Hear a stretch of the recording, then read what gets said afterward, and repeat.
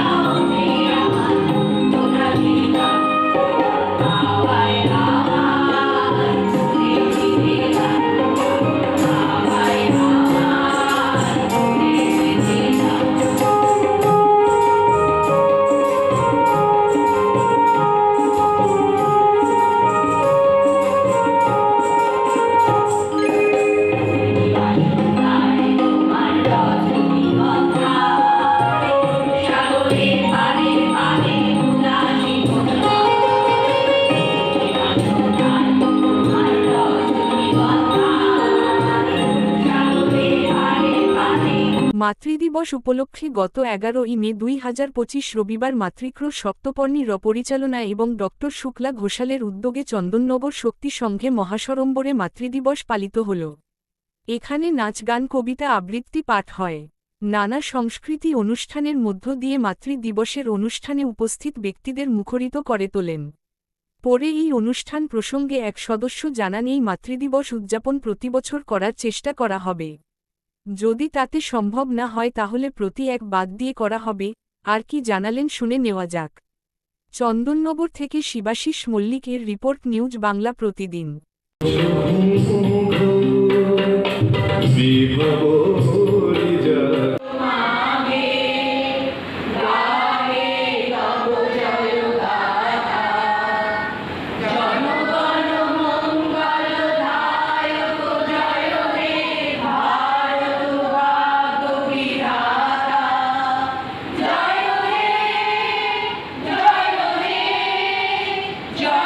এই মুহূর্তে আমরা দাঁড়িয়ে আছি চন্দননগর শক্তি সংঘে। আপনারা জানেন আজকে মাতৃদিবস। আমরা মায়ের দিনটা আমরা মনে করতে চাইছি এবং আজকে মাতৃদিবস এবং রবীন্দ্র জয়ন্তী। দিদি কী বলবেন আজকে এত জমজমাট অনুষ্ঠান?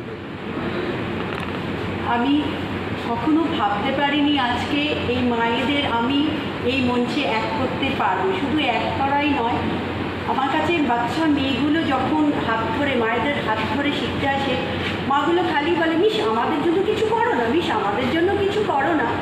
তো আমার বারবার তাদের ওই মনের কথাটা এত আমাকে আঘাত করতে হয়, ঠিক আছে আমি তোমাদের জন্য কিছু করবো বলে আজকের এই আয়োজন। আমি ভীষণ সাকসেস শুধুমাত্র মায়েরা আমার পাশে এত সুন্দরভাবে থাকার জন্য। এই যে নক্ষত্র খুঁজে পাওয়া মুশকিল, কিন্তু আজকে আমরা নক্ষত্র খুঁজে পেয়েছি এই শক্তির সঙ্গে। মা মেয়ে দুজনেই, দুই মেয়েই মা একসঙ্গে পারফরমেন্স। কেমন লাগছে? মেয়েরা তো করে, মারা আজকে ভীষণ ভালো। মিসের হাত ধরে আমি বিশারদ সম্মানটুকু অর্জন করেছি। সর্বভারতীয় এবং সেটা অনেক বড় পাওনা। অত বড় মঞ্চের উঠে মানে একটা নেতাজি ইন্ডোরের মতো স্টেডিয়ামে গিয়ে আমরা সম্মাননা আর কি নিয়েছি। মানে এটা মিস ছাড়া সম্ভব হতো না।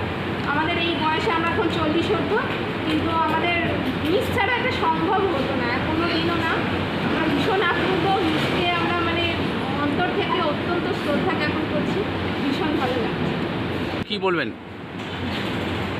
কি বলবো, ছোটো থেকে অনেক ইচ্ছে ছিল মেয়েকে হাত ধরে যখন মিসের কাছে নিয়ে নাচ করাতে নিয়ে যাই। মেয়ে যখন করতো আমারও ইচ্ছে করতো, কিন্তু কোনো দিন সেটা পারিনি, ভাবতেও পারিনি কোনো দিন যে এইভাবে মঞ্চে এইভাবে উপস্থাপন করতে।